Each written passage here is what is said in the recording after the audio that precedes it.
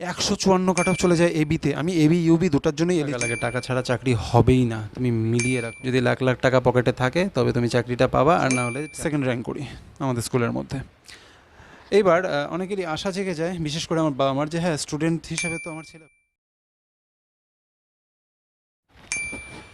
নমস্কার, আমি নন্দরাজ চক্রবর্তী, ওয়েস্ট বেঙ্গল পুলিশের স্টেট আর্ম পুলিশ 10ম বাহিনীতে কর্মরত একজন পুলিশকর্মী।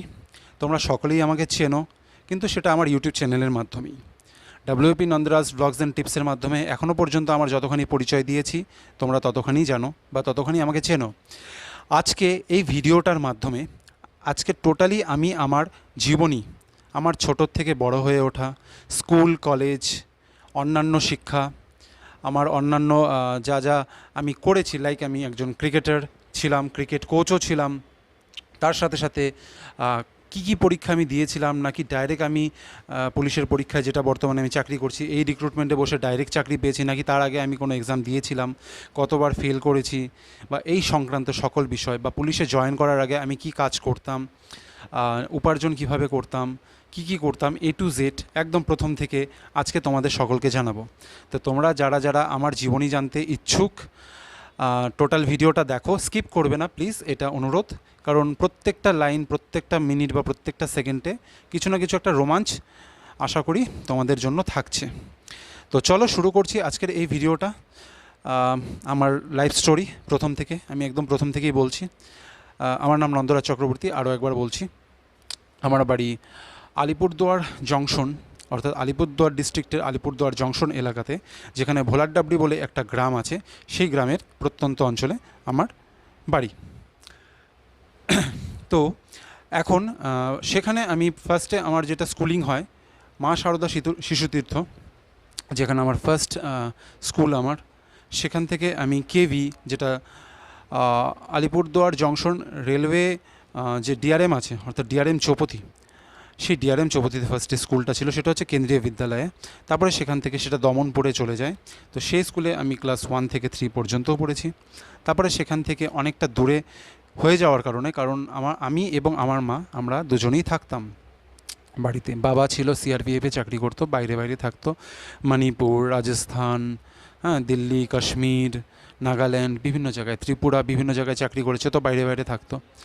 আর আমাদের এলাকাটাতে বর্তমানে অনেক বাড়িঘর হয়েছে, কিন্তু তার আগে খুবই একদম ফাঁকা জায়গা ছিল, ধান ক্ষেত, বাঁশঝাড়, বিভিন্ন ধরনের, মানে একদম ব্যাকওয়ার্ড জায়গা, একদম ঘোর গ্রামের মধ্যে আমরা ছিলাম। আশেপাশে বাড়িঘর খুবই কম ছিল। তো সেই সময় খুব দূর হয়ে যাওয়ার কারণে ক্লাস 4-এ বাধ্য হয়ে আমি সেই স্কুল, সেখান থেকে আমি ট্রান্সফার নিয়ে আসা হয় আমার। সেটা আমার মা আমার প্রসেসটা করেছিল।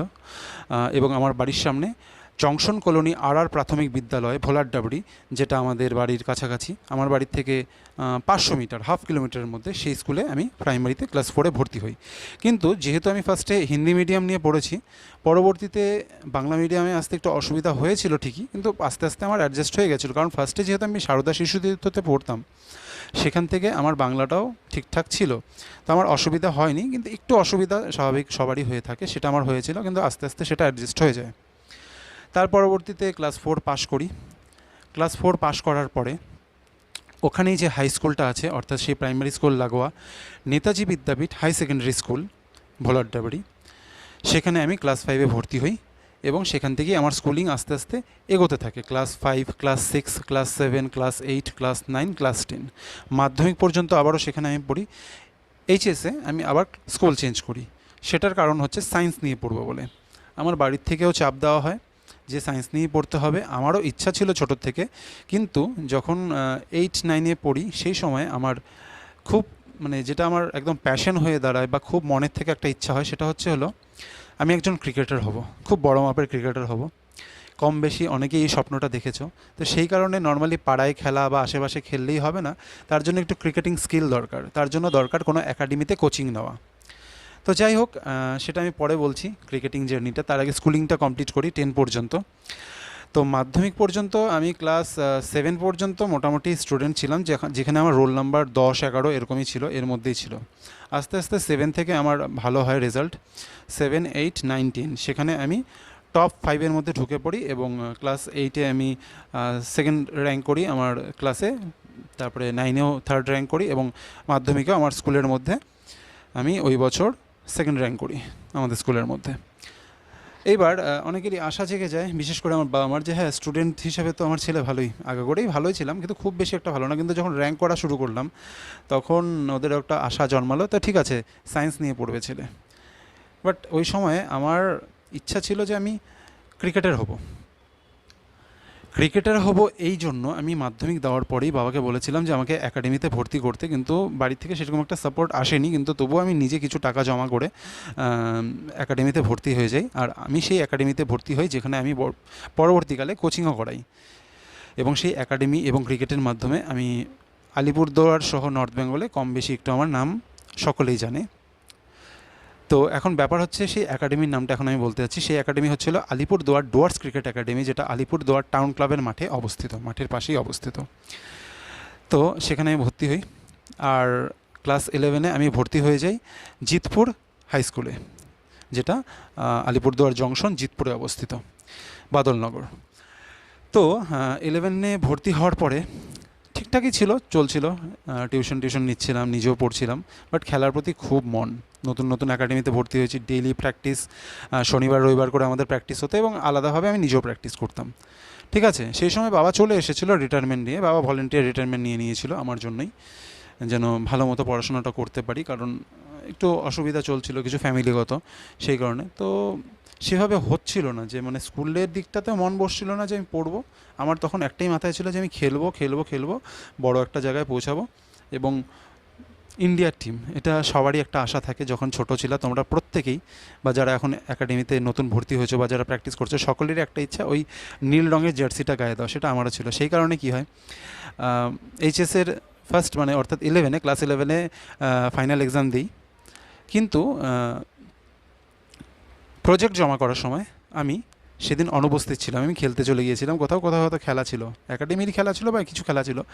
আমার রিটেন এক্সাম খুবই ভালো হয়েছিল, 70-এ রিটেন এক্সাম হয়, আর 30-এর যে ছিল প্রজেক্ট ছিল। তো আমি 70-এর মধ্যে মোটামুটি 40, 45 বা 50 পাওয়ার মতো আমার একটা আশা ছিল।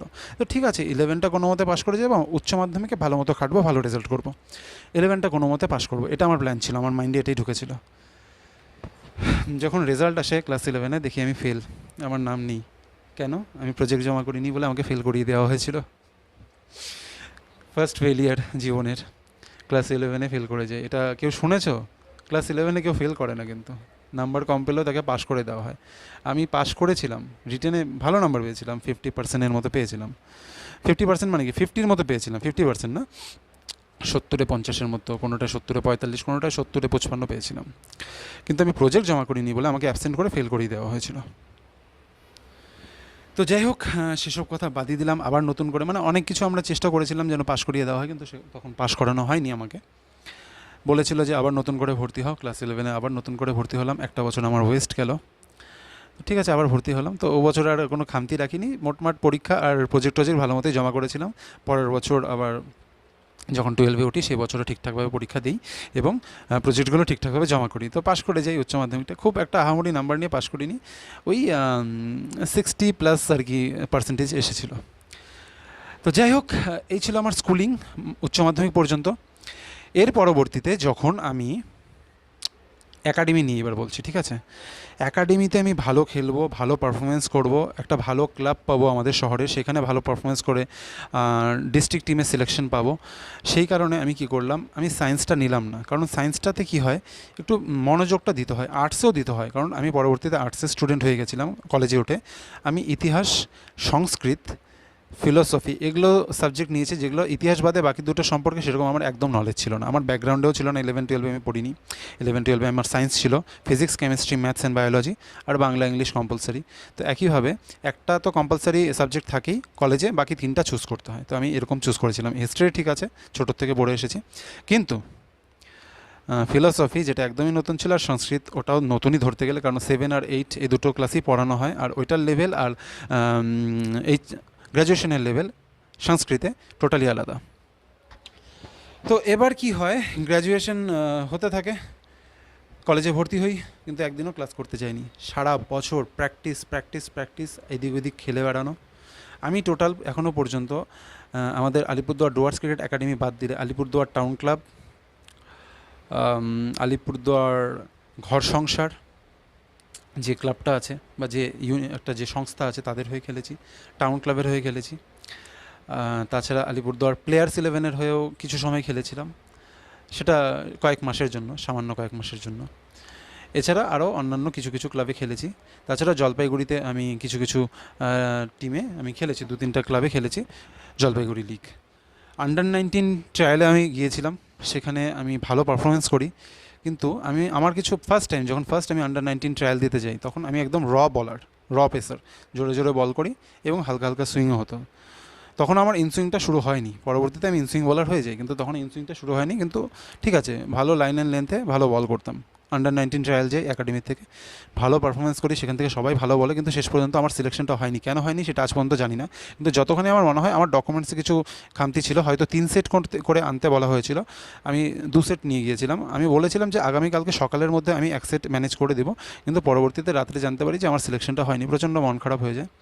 তার পরবর্তীতে আস্তে আস্তে আমি ক্লাব ক্রিকেট এবং টেনিস বল ক্রিকেটের দিকে মনোযোগ দিতে শুরু করি। ছোটোখাটো জায়গায় খেলতে খেলতে খেলতে খেলতে যখন কারোর আমার খেলা পছন্দ হয় কিছু কিছু ক্লাবের, তখন আমাকে ডাকে যে আমাদের টিমে খেলো, সেখানে খেলি, সাকসেসও পাই, ফেলিয়ারও হয়, কিন্তু সাকসেসের পরিমাণটা ভালো ছিল। আস্তে আস্তে 2020-21 নাগাদ আমার খেলাটা খুবই ভালো হয়ে গেছিলো, এবং সেখানে প্রায় 10টা ম্যাচের মধ্যে 8টা ম্যাচে আমি পারফরমেন্স করছিলাম, হয় ব্যাটের মাধ্যমে, নয় বলের মাধ্যমে, আর না হলে বোথ অলরাউন্ডিং পারফরমেন্সের মাধ্যমে। এখন এভাবে আমার কলেজও চলতে থাকে। কলেজে সেরকম আমি একটা ক্লাস করতে যেতাম না, আমি মেনলি ওই রেজিস্ট্রেশনের দিনগুলোতেই যেতাম, যেটা সত্যি কথা। আর হলো যখন এক্সাম হতো, এক্সাম দিতাম আর পাশ করতাম, ঠিক আছে, ঠিকঠাকভাবে পড়ে নিতাম। হ্যাঁ, তো এইবার আমি যদি আমার ব্যাকগ্রাউন্ডের কথা বলি ক্রিকেট নিয়ে, ক্রিকেটে আস্তে আস্তে খেলতে খেলতে আমি একটা চোট পেয়ে যাই হাতে, এখানে একটা চোট পেয়ে যাই ওই সময়। সেখানে আমার এখানে নন স্ট্রাইকারে আমি ব্যাটিং করতে করতে যে স্ট্রাইকার ছিল সে সজোরে বলটা মারে এবং আমার হাতের এখানটায় লেগে যায়। এটা আমার জীবনের টার্নিং পয়েন্ট ছিল। সেটা 2019, খুব ভালো পারফরমেন্স করছিলাম আমি তখন ক্রিকেট বল ক্রিকেটে। তখন টেনিস বল ক্রিকেটটা শুরু করিনি, সেভাবে শুরু করিনি, টুকটাক খেলতাম। তো আগের ম্যাচেও পারফরমেন্স করি, প্রায় 50 রানস করি, পরের ম্যাচেও সেম ভালো পারফরমেন্স করছিলাম। 8-9 বল খেলে মোটামুটি 2টো 4 এবং 2টো 6 মেরে ভালো পারফরমেন্স করছিলাম। সিঙ্গেল টিঙ্গেল খেলে মোটামুটি 27-28 রানে আমি ব্যাট করছিলাম, মোটামুটি ওই 10 বলের মধ্যে। তারপর সিঙ্গেল দিয়ে আমি নন স্ট্রাইকারে যাই। তো তখন স্ট্রাইকে যে আসলো যে ছেলেটা, সে সজনে মারে, একদম ভলিবল, পায়ের সামনে বল ছিল, সে মারে, ব্যাট চালায়, বলটা সোজা একদম এসে আমার গায়ে আসছিলো, তো আমি সরতে গিয়ে একদম আমার হাতে লেগে যায়, আমার ব্যাট ছিটকে পড়ে যায়। তাও আমরা রানটা কমপ্লিট করি। রানটা কমপ্লিট করার পরে কোনো মতে দেখি হাত ফুলে গেছে, এই ফুলে গেছে। পরবর্তীতে সেটা এক্সরে করি, সেটা পরবর্তীতে আমি জানাচ্ছি। কিন্তু এখন আমি চলে আসি আমার ব্যাকগ্রাউন্ড, অর্থাৎ এই যে চাকরির লাইনের যে বিষয়গুলো, সেটা নিয়ে। আমি ফার্স্ট ফর্ম ফিল আপ করি 2018-র রেলওয়ে গ্রুপ ডির, উইদাউট প্রিপারেশন, মানে কোনো কিছু কোচিং ছাড়া পরীক্ষা দিতে চলে যাই, ফেল। ফার্স্ট এক্সাম প্রিপারেশন ছাড়া ফেল। এক্সাম কী ধরনের হয় বা কীভাবে হয়, কীভাবে কন্ডাক্ট করানো হয়, কী প্রশ্ন আসে, রিজনিং বলে তখন কিছু জানতাম না। পরীক্ষা গিয়ে দেখি যেগুলো কী ধরনের প্রশ্ন, এগুলো তো অঙ্কর মতো লাগছে, বাট রিজনিং, আচ্ছা ঠিক আছে। নেক্সট ফর্ম ফিল আপ করি সম্ভবত ফায়ার অপারেটরের একটা ফর্ম ফিল আপ হয়েছিল, সেটা পরীক্ষা দিই। সেটা অনেক বছর, প্রায় 3 বছর কি 4 বছর পরে রেজাল্ট এসেছিল। তো তখন আমি খেয়াল করিনি, হয়তো আমি সিলেকশন পেয়েছিলাম কি পাইনি এটা আমি জানি না, এটা আমি সত্যি জানি না। তার পরবর্তীতে ফুড এসআইয়ের একটা পরীক্ষা দিয়েছিলাম, সেটাতে আমার ভালো নম্বর এসেছিল, কিন্তু সেখানে আমি যাইনি, কারণ তার আগে ডাব্লিউবিটা হয়ে গেছিলো। এবার আর কিছু এক্সাম দিয়েছিলাম, সেটা হচ্ছিলো 2019-এ আরও একটা রেলের গ্রুপ ডি হয়েছিল, সেটা তো ফর্ম ফিল আপ করেছিলাম, যেটার এক্সামটা 2022-এর অক্টোবরে হয়, সেটাও আমি দিয়েছিলাম। এবার সেখানে আমি পাশ করে যাই, রিটেন এক্সাম পাশ করে যাই। বাট মাঠের আগে পাক্কা 7 থেকে 8 দিন আগে আমার পা মচকে যায়। আমি মাঠে, আমাদের ধান খেতের মাঠগুলোতে খেলতে যেতাম, বাচ্চাদের সাথে খেলছিলাম। তো বল ধরতে গিয়ে এরকম জাম্প করেছি, যখন ল্যান্ডিং করছি আমার পাটা গর্তে পড়ে, সেখানে মাটি কাটা হচ্ছিল রাস্তায় ফেলবে বলে, সেরকম একটা গর্তের মধ্যে পড়ে টোটাল পা মচকে যায়। আমি হাঁটতে পর্যন্ত পারছিলাম না, দৌড়ানো তো দূরের কথা, তাও অনেক মন টন খারাপ। কিন্তু তার আগে আমি এই যে এখন যে চাকরি করছি, এই পরীক্ষায় পাশ করে গেছিলাম, তো সেই একটা শান্তি ছিল, স্বস্তি ছিল, নাহলে তো আমি ডিপ্রেশনে একদম অবস্থা খারাপ হয়ে যেত। আচ্ছা, এবার আমি ডাব্লিউবি নিয়ে যদি বলি, আমি WB first form fill up করি 2019, যার প্রিলিমিনারি এক্সাম 4 আগস্ট হয়েছিল 2019-এ। রেজাল্ট আসে ডিসেম্বর মাস নাগাদ। সেই ডিসেম্বর মাসের মানে কয়েকদিন আগে, অর্থাৎ নভেম্বরের শেষের দিকে, এই 25-26 তারিখ নাগাদ, এই আমার হাতের যে ইঞ্জুরিটা এটা হয়েছিল, আমি যখন এক্স রে করি দেখি হাতের এই হাড্ডিটা সরে গেছে, ডিসলোকেট ভাঙেনি, বাট ডিসলোকেট আলগা হয়ে গেছিলো। মানে কি বলবো, প্লাস্টার করি। প্লাস্টার করার পরে বন্ধুরা আমাকে বলেছে 1 মাস এভাবে থাকবে, 1 মাস পরে আসবা, চেক আপ হবে, যদি দরকার হয় খুলতে হবে, নাহলে আরও বাড়াতে হবে আর কি প্লাস্টার যে করেছিল তার ডিউরেশনটা। ওই সময়ে আমাদের রেজাল্ট আসে, প্রিলিমস, আমি পাশ করে যাই। আমার কোনো ধারণা ছিল না যে আমি পাশ করব। তো খেলাধুলা ঠিকঠাকই ছিল, কিন্তু 1600 মিটারের না একটা আলাদা প্র্যাকটিস দরকার বন্ধুরা। 1600 মিটার যদি তুমি ঠিকঠাকভাবে প্র্যাকটিস না করো, তোমার চাপ হয়ে যাবে। 1600 মিটার আমি সেভাবে ভালো মতো প্র্যাকটিস করিনি, হালকা হালকা দৌড়েছিলাম। ওই হাত ভাঙা অবস্থায় প্লাস্টার নিয়ে সকালবেলা দৌড়াতে যেতাম, ভেবেছিলাম পাশ করে যাব। সেই হাত ভাঙা অবস্থায় আমি আমার প্লাস্টার কাটাতে বলি 15 দিনের মাথায় ডাক্তারকে, যেরকম আমার একটা মাঠ আছে, আমাকে প্লাস্টার কাটাতেই হবে, নাহলে তো আমাকে অ্যালাউ করবে না সেখানে। প্লাস্টার কাটিয়ে আমি গেলাম মাঠে। সেটা সম্ভবত 10 তারিখ ডিসেম্বরে, 10-11 তারিখ নাগাদ ছিল, আমার ঠিক মনে পড়ছে না ওই ডেটটা। গেলাম, বাবা গিয়েছিল আমার সাথে, আমি বলেছিলাম না, বাবা গিয়েছিল আমার সাথে। তো গেলাম যথারীতি, আগের দিন গেলাম, গিয়ে থাকলাম, থেকে লাইন টাইন দিলাম রাত্রেবেলা। ভোরবেলায় গেলাম, যেভাবে লাইন হয়, তারপরে এন্ট্রি হলো, ভেরিফিকেশন হলো, তারপরে হাইট টাইট ওয়েট চেস্ট সব মাপলো, সব ঠিকঠাক আছে। ওখানে একজন বয়স্ক করে একজন কনস্টেবল ছিলেন, উনি বলছিলেন, বাবা তোমার হাইট খুবই ভালো, তুমি মাঠটা কিন্তু তোমাকে কমপ্লিট করতে হবে, তোমাদের মতো তোমাদের হাইটের ছেলে খুবই দরকার আমাদের ফোর্সে পশ্চিমবঙ্গে। ভালো কথা, খুব ভালো লাগলো। তো যথারীতি টুপি পরানো হলো, মাথায় চেস্ট নাম্বার পরানো হলো বুকে। আফটার দ্যাট দৌড় শুরু করলাম। তিন তিন চক্কর মারার পরে আর দম নেই আমার। একে তো ওই হাতের প্লাস্টারের জন্য ভালো মতো প্র্যাকটিস করতে পারিনি, প্লাস্টার নিয়ে প্র্যাকটিস করেছি, আসার 2 দিন আগে প্লাস্টার কাটিয়েছি, আর তাছাড়া সেরকম একটা ভালো প্র্যাকটিস ছিলও না। সেই সময় অ্যাকচুয়ালি খোঁজ রাখতাম না কবে প্রিলিমসের রেজাল্ট আসবে। এখন তোমরা যেরকম খোঁজ রাখো কবে পরীক্ষা হবে, কবে রেজাল্ট হবে, কবে কি, খুব আপডেট পেয়েও যাও, আমরা বিভিন্ন ইউটিউব চ্যানেল থেকে আমরা আপডেট দিতে থাকি। তখন সেরকম পাইনি আমি, তো নেগলিজেন্সিও ছিল অনেকটা, সেই কারণে আমার সেখানে ফেল করে যাই। তারপরে যখন ভেতর থেকে, মাঠের থেকে বাইরে আসি, ব্যাটালিয়ন থেকে, আইআরবি সেকেন্ড র্যাব ব্যাটালিয়নে আমার মাঠ হয়েছিল, সেখান থেকে বাইরে যখন আসি, বাইরে আসার পরে বাবা জিজ্ঞেস করে, কিরে হয়েছে তো? আমি বললাম, না বাবা হয়নি। তো এই ছিল আরেকটা ফেইলিয়ার। তারপরে মোটামুটি 2 বছর আরও চুটিয়ে খেলি, তারপরে হাতটা ঠিক করেছিলাম, আবার প্লাস্টার করেছিলাম ঠিকঠাকভাবে, ওষুধ টষুধ খেয়ে পরে হাত ঠিক হয়ে যায় আমার। ঠিক আছে, তার পরবর্তীতে 2020 নাগাদ তো করোনা চলে আসলো। করোনার পরবর্তীতে টেনিস ক্রিকেটটা খুবই জনপ্রিয় হয়ে উঠলো এই এলাকাতে, আগেও ছিল, কিন্তু ছোট বড় প্রচুর টুর্নামেন্ট আয়োজন শুরু হলো। আর সেই বছর ডিউস বল, অর্থাৎ ক্রিকেট বলের লেদার বলের যে টুর্নামেন্ট, সেটা কমে গেল, কারণ করোনার জন্য হেলমেট ইউজ, হ্যাঁ, বা ওই ঘাম লাগিয়ে থুতু লাগিয়ে আমাদের বল ঘষতে হয়, শাইন করতে হয়। যারা ক্রিকেট খেলো বা যারা খেলো না, আমাদের দেশে মোটামুটি সবাই জানি যে বলটা শাইন করতে হয়। তো সেগুলোর কারণে ক্রিকেট টুর্নামেন্ট, যেটা ডিউস বলে, সেটাও কম হচ্ছিল। তো টেনিস টুর্নামেন্টটা আমি খেলা শুরু করি, আস্তে আস্তে ভালো পারফরমেন্স হতে থাকে এবং আমি বিভিন্ন জায়গায় ডাক পাওয়া শুরু হয়। এই 2020 আর 2021 নাগাদ আমি প্রচুর খেলেছি, প্রচুর ম্যাচ খেলেছি। আমি একদিন তোমাকে আমার ট্রফি কালেকশন দেখাবো। প্রচুর জায়গায় খেলেছি, প্রচুর জায়গায় man of the match, man of the series, best batsman, best fielder, তারপরে হাইয়েস্ট সিক্সার অ্যাওয়ার্ড, মানে এই ধরনের বিভিন্ন অ্যাওয়ার্ডস পেয়েছি, বিভিন্ন জায়গায় খেলেছি, ভালো একটা টাকা কামাই করেছিলাম।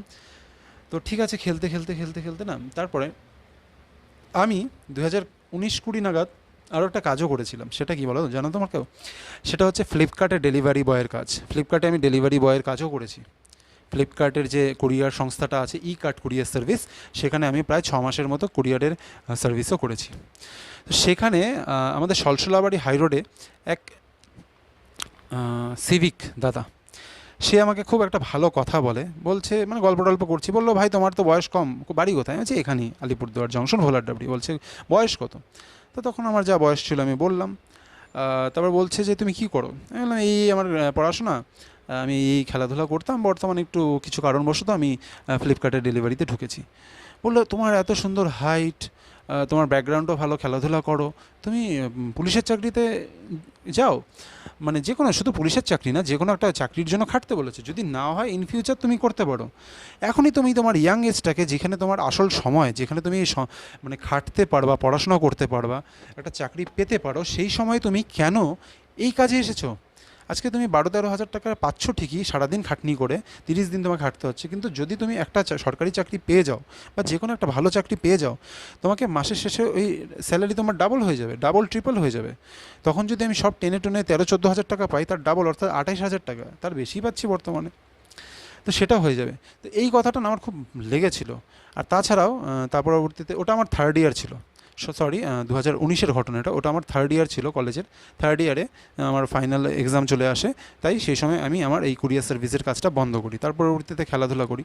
তো 2021-এ যখন আমার সিজন শেষ হয়, 2021 নাগাদ আমাদের এই রিক্রুটমেন্টটা বের হয়েছিল, WP constable and WP sub inspector 2020 recruitment, যার মধ্যে প্রায় 8,000 প্লাস ভ্যাকেন্সি ছিল কনস্টেবলের জন্য এবং প্রায় 1100 প্লাস ভ্যাকেন্সি ছিল সাব ইন্সপেক্টরের জন্য।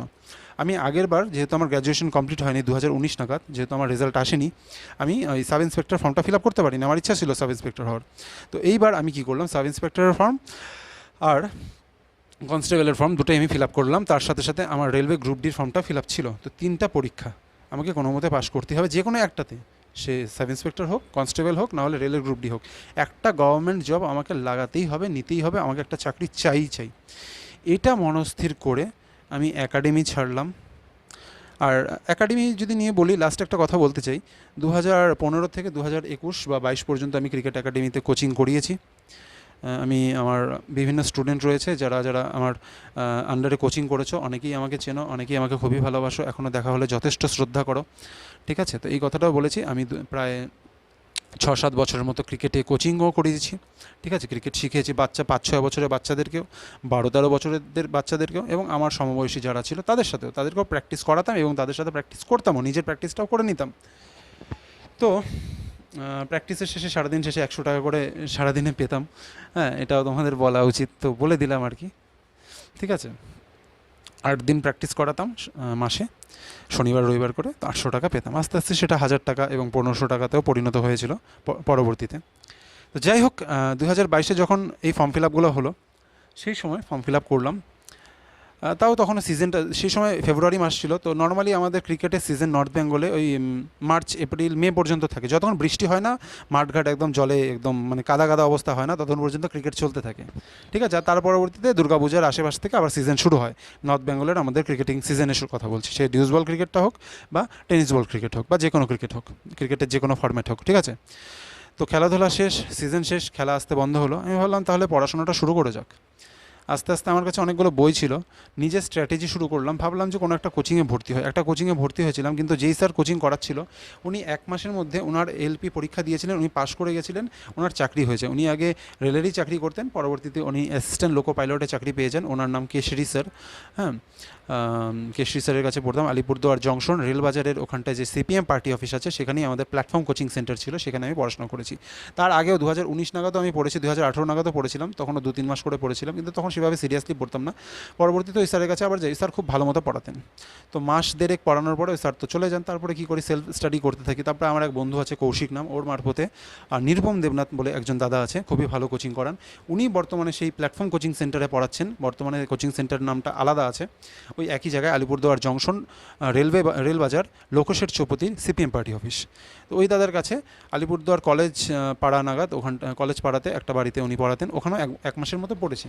কিন্তু আমার যেটা মনে হলো যে আমার সেলফ স্টাডি করাটা বেটার হবে। তো ওনাদের কাছ থেকে যতখানি শিখেছি, আমি নিজে একটা চার্ট বানিয়ে নিলাম যে এই আগামী হয়তো দুর্গাপূজার আশেপাশে পরীক্ষা হবে, ইউটিউব চ্যানেলগুলোর আপডেটের মাধ্যমে যা জানতে পেরেছিলাম, তো আমি ভেবেছিলাম যে সেলফ স্টাডি করি।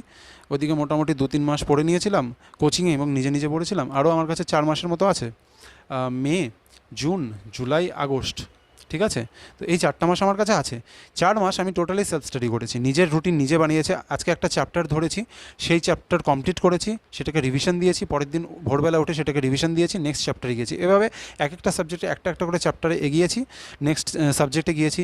ইতিহাস কমপ্লিট করলাম, ভূগোল কমপ্লিট করলাম, সংবিধান কমপ্লিট করলাম অর্থাৎ পলিটি, অর্থনীতি কমপ্লিট করলাম, বায়োলজি কমপ্লিট করলাম, ফিজিক্স কমপ্লিট করলাম, কেমিস্ট্রি কমপ্লিট করলাম, আর্ট অ্যান্ড কালচার অর্থাৎ ভারতের কলা এবং সংস্কৃতি কমপ্লিট করলাম, স্ট্যাটিক জিকে কমপ্লিট করলাম। তারপরে ধরলাম ম্যাথ আস্তে আস্তে যেগুলো আমাকে কোচিংয়ে করিয়েছিল, 4-5-6টার মতো চ্যাপ্টার কমপ্লিট হয়ে গেছিলো। বাকি মোটামুটি আরও 13-14টা চ্যাপ্টার ছিল, যেগুলো আমাকে প্রিলিমসের আগে কমপ্লিট করতেই হতো। তো সেগুলো আমি এক এক করে করে নিই। যা যা অসুবিধা হতো সেগুলো আমি ইউটিউব থেকে সলিউশন বের করতাম। ইউটিউবে বিভিন্ন চ্যানেল আছে, হিন্দি মারফত বলো বা ইংলিশ বা বেঙ্গলি মিডিয়ামে, ঠিক আছে, বিভিন্ন চ্যানেল আছে, যেখান থেকে ভালো ভালো চ্যানেল থেকে আমি ভালো ভালো অনেক চ্যাপ্টার শিখেছি, যেরকম time and work, time and distance, train সংক্রান্ত অঙ্কগুলো, হ্যাঁ, pipe and cisterns, boat and stream, এই অঙ্কগুলো আমি ওখান থেকে করেছি, ঠিক আছে। আর বাকি নাম্বার সিস্টেম এগুলো আগেই করা হয়ে গেছিলো। তো এইভাবে একটা একটা করে মোটামুটি 15-16টা চ্যাপ্টার কমপ্লিট করি অঙ্কতে, সেগুলো রিভিশন করি। তারপরে রিজনিংটা ধরি। রিজনিংটা তখন আমার কাছে একদম নতুন ছিল, তাও ততদিনে প্র্যাকটিস করতে করতে আর কিছু কিছু মক দিতে দিতে আমি বুঝে গেছিলাম রিজনিং জিনিসটা কী। তাও প্রথম থেকে একদম শুরু করি। রিজনিংয়ের 24টা চ্যাপ্টার আমি মোটামুটি প্রিলিমসের আগে 14টা কি 15টা চ্যাপ্টার কমপ্লিট করেছিলাম। যাই হোক, তারপরে এইভাবে আস্তে আস্তে 2021-এর 26শে সেপ্টেম্বর সম্ভবত আমাদের ফার্স্ট প্রিলিমস এক্সাম হয়। সেখানে প্রিলিমস এক্সাম দিই। তারপরে দুর্গাপূজা, এগুলো এক এক করে যাচ্ছে। দুর্গাপূজা, কালী পূজা, ভাইফোঁটা পার হলো। তারপরে আমি মাঠের জন্য প্রিপারেশন শুরু করি। এর আগেও মাঠের ভিডিওটাতে আমি বলেছিলাম মাঠের প্রিপারেশন শুরু করি। তারপরে আমার একটু অসুবিধা হয়ে যায়, শরীর খারাপ হয়। তারপরে আবার প্রিপারেশন শুরু করি মাঠ। তারপরে আস্তে আস্তে মার্চের সম্ভবত না, এপ্রিলের সম্ভবত 4-5 তারিখে বা 6 তারিখে পরের বছর, অর্থাৎ 2022-এর এপ্রিলের 6 তারিখে আমার মাঠ ছিল। সেদিন আমি পিএমটি পিইটি কমপ্লিট করি এবং সেখান থেকে পাশ করে পরবর্তীতে আমি মে মাসে আমাদের ফাইনাল এক্সাম হয়, তার জন্য প্রিপারেশন শুরু করি। তো কিছু কিছু চ্যাপ্টার যেগুলো ম্যাথস আর রিজনিংয়ের বাকি ছিল, ওগুলো খুব তাড়াতাড়ি আমি 1 সপ্তাহের মধ্যে কমপ্লিট করে ফেলি। যেভাবেই হোক আমাকে করতেই হবে, দিন রাত এক করে। এবং বাকি রিভিশন দেওয়া শুরু করি, জিকে, রিজনিং, হ্যাঁ, তারপরে ইংলিশটা ভালো মতো হচ্ছিল না, তবুও যা ছিল আমার কাছে বই ম্যাটেরিয়ালস, ওটা দিয়ে কোনো মতে করছিলাম। আর সিআরপি একাডেমি, তারপরে TWS অর্থাৎ দ্য ওয়ে অফ সলিউশন, এই যে চ্যানেলগুলো আছে, হ্যাঁ, তারপর পরীক্ষা প্রস্তুতি, এই চ্যানেলগুলো চিরঞ্জিত স্যারের কিছু দিয়েছিলেন। এই 4-5টা চ্যাপ্টার, আরও কিছু কিছু ছিল, ঠিক আছে, সেগুলো আমার মনে পড়ছে না। তো সেই চ্যানেলগুলোর থেকে আমি প্রচুর প্র্যাকটিস করেছি। এই সময়ে সত্যি কথা বলতে, সেই প্রিলিমসের আগে যে পড়েছিলাম, তো সেই সময় তো সময় ছিল, চাপটা কম ছিল, কিন্তু এই সময় আমার চাপ বেশি লাগছিল, ডাবল চাপ লাগছিল। সেই সময় আমি 12 ঘন্টা পড়লেও আমার হয়ে যাচ্ছিলো, কিন্তু এই সময় 16 ঘন্টা পড়লেও মাথা খারাপ হচ্ছিলো, মাথায় কিছু ঢুকছিল না। কোনো মতে জোড়াতালি লাগিয়ে ইংলিশটাকে কমপ্লিট করি। বাকি তো ঠিকঠাক ছিল, জিকে, রিজনিং আর হচ্ছিল ম্যাথস ঠিকঠাক ছিল, কিন্তু ইংলিশটা কোনো মতে আমি প্র্যাকটিস করে আমি পরীক্ষা দিতে চাই। তারপরে আস্তে আস্তে দিন যায়, আগস্ট মাস। আগস্টের প্রথমের দিকে, ফার্স্ট উইকে আমাদের রেজাল্ট চলে আসে। সেখানে আমি ফাইনাল পরীক্ষাতে পাশ করি, কিন্তু নাম্বার সেখানে শো করেনি। যারা ফেল করে তাদের নাম্বারই শো করে, কিন্তু যারা পাশ করে তাদেরকে শুধু লেখা থাকে যে ইন্টারভিউর জন্য সিলেকশন পেয়ে গেছি। তো ভালো কথা, ইন্টারভিউর জন্য প্র্যাকটিস করলাম। মক ইন্টারভিউ দিতে গিয়ে আমি আলিপুরদুয়ার দলগাঁও বীরপাড়া নাগাদ একটা জায়গা, সেখানে আমাদের এক ডিএসপি স্যারের দ্বারা মক ইন্টারভিউ অ্যারেঞ্জ করা হয়েছিল, হ্যাঁ, ইনফিনিটি একাডেমির মাধ্যমে অ্যারেঞ্জ করা হয়েছিল। আমাদের ডিএসপি স্যার সেখানে গিয়েছিলেন, উনি মক ইন্টারভিউ কন্ডাক্ট করেন। সেখানে আমাদের অ্যাডিশনাল এসপি স্যারও গিয়েছিলেন, জয়গার। তারপরে ইন্টারভিউর দিন আসে, সম্ভবত আগস্টের 22 তারিখ ইন্টারভিউ ছিল। আমরা জানি যে ইন্টারভিউ থেকে 10-15 দিন বা 1 মাসের মধ্যে রেজাল্ট আসে, কিন্তু 8 মাস পরে রেজাল্ট এসেছে, অর্থাৎ 2023-এর এপ্রিলের 19 তারিখ। এই 8টা মাস যে কীভাবে কেটেছে, পাগল পাগল লাগতো সেই সময় আমাদেরকে। এরই মধ্যে আমি এসআইয়েরও পরীক্ষা দিই, সাব ইন্সপেক্টর প্রিলিমস দেই, যেটা 2021-এর ডিসেম্বরে ছিল। পরীক্ষা দিই, পাশ করি। মাঠ ওই 2022-এর এপ্রিলের 28 তারিখ নাগাদ ছিল, মাঠেও পাশ করেছি। তারপরে 2022-এর সম্ভবত জুলাইয়ের 17 তারিখ কি 18 তারিখ নাগাদ আমার এক্সাম ছিল, সাব ইন্সপেক্টরের ফাইনাল এক্সাম। সেখানে আমি পরীক্ষা দিই।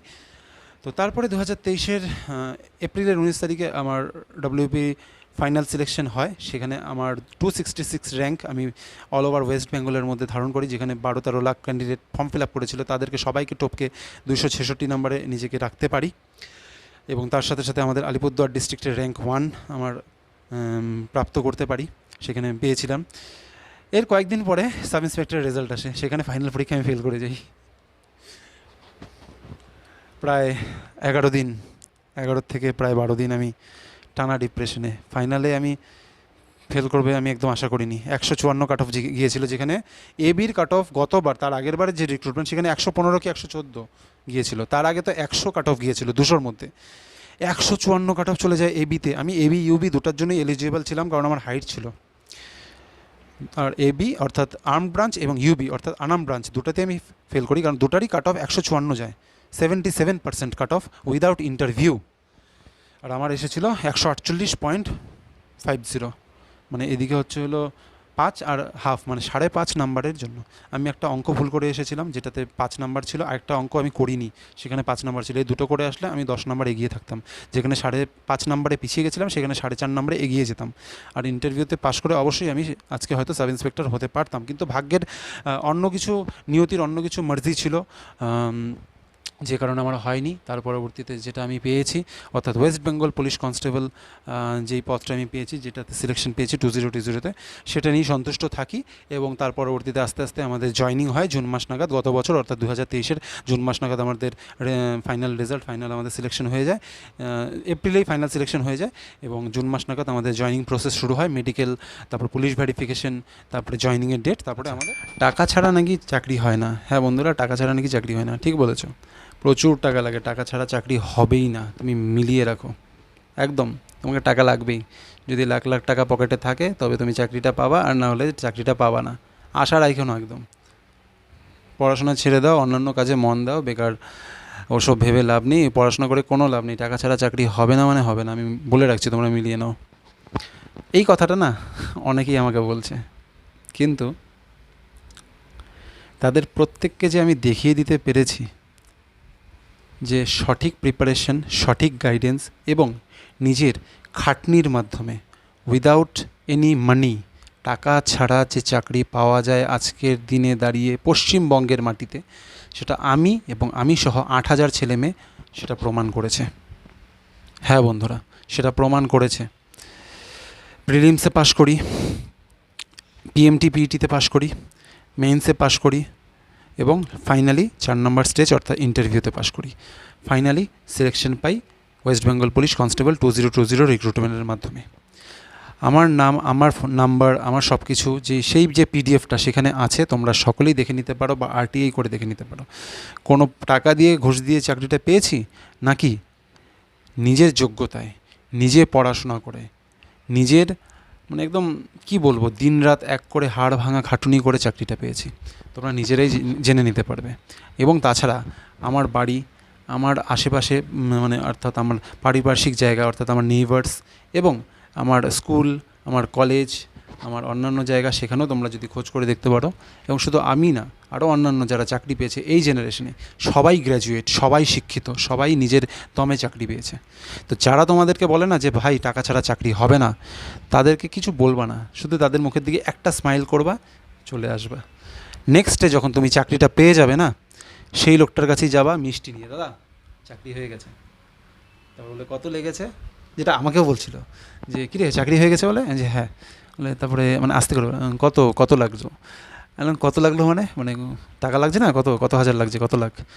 যে আমি ফার্স্টে খুব রেগে গেছিলাম, খুব রেগে যাওয়ার পরে মাইন্ডে না একটা শয়তানি বুদ্ধি আসলো, বলছি টাকা লাগছে, ফর্ম ফিল আপ করেছিলাম তখন মনে হয় 170 টাকা লেগেছিলো, আর ওই ক্যাফেওয়ালা দাদাকে 30 টাকা দিয়েছিলাম, বইগুলো কিনেছিলাম, তো সেখানে কিছু টাকা লেগেছে, এছাড়া কোচিং সেন্টারে ভর্তি হয়েছিলাম, সেখানে কিছু টাকা লেগেছে।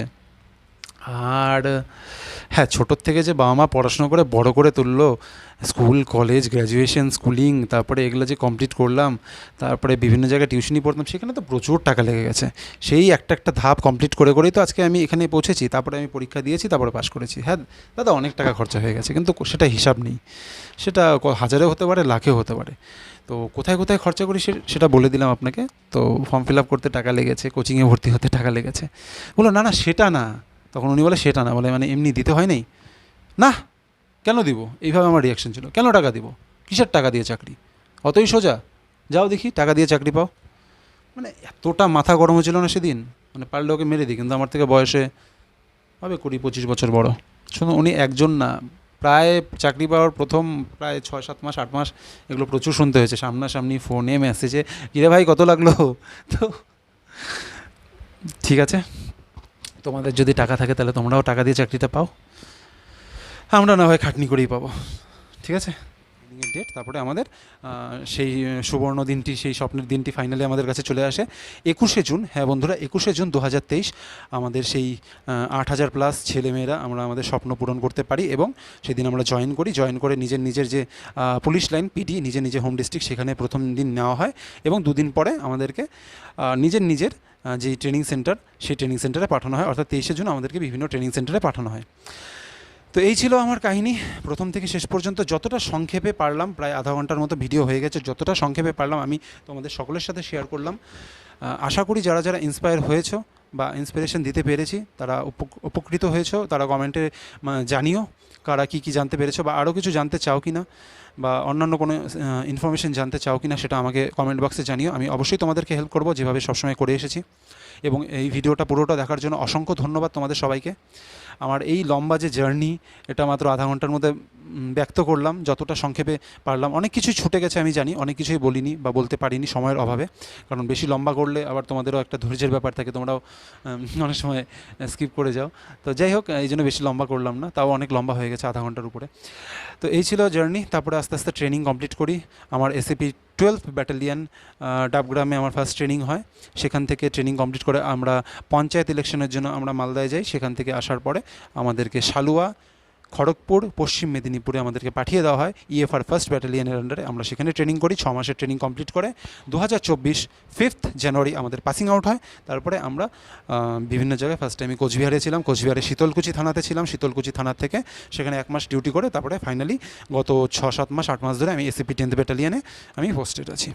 তো এখানেই এখন আমার ডিউটি আপাতত। আগামী 1-2 বছর এখানেই থাকবো, বা তার বেশিও থাকতে পারি বা তার কমও থাকতে পারি, সেটা নেক্সট পোস্টিংয়ের উপরে ডিপেন্ড করছে। তো ঠিক আছে বন্ধুরা, আমার জার্নিটা যদি তোমাদের ইন্সপায়ার করতে পারে তাহলে লাইক কমেন্ট করে দিও, আর আমার চ্যানেলটা নিজেদের বন্ধুদের মধ্যে একটু শেয়ার করে দিও, এবং আমার চ্যানেলটা প্লিজ সাবস্ক্রাইব করে দিও, যেন আমিও একটু গ্রো করতে পারি, আমার চ্যানেলটা একটু গ্রো করতে পারে। তোমাদের সকলের কাছে এটা রিকোয়েস্ট। আমি অথেন্টিক কথা বলারই চেষ্টা করি, এক্সট্রা কথা সেরকম একটা বলি না। তো তোমাদের আশা করি ভালো লাগবে, কারণ আমিও যখন ইউটিউব চ্যানেলগুলো দেখতাম যারা একটু মানে নিট অ্যান্ড ক্লিন আর ডাইরেক্ট কথা বলে তাদেরকেই ভালো লাগতো, এবং অন্যান্যরাও তাদেরকেই পছন্দ করতো। আমিও চাই সেভাবেই তোমাদের কাছে কন্টেন্টগুলো বানানোর। তো ঠিক আছে, কোনো যদি ভুল ত্রুটি হয়ে থাকে সেটা মাফ করে দিও, এবং আমাকে কমেন্টে অবশ্যই জানিও, আমি সেগুলো রেকটিফাই করার অবশ্যই চেষ্টা করব, অবশ্যই রেকটিফাই করব। ততক্ষণের জন্য জয় হিন্দ, বন্দে মাতরম, ভারত মাতা কি জয়। আসছি আবার পরের কোনো এক ভিডিওতে। টাটা।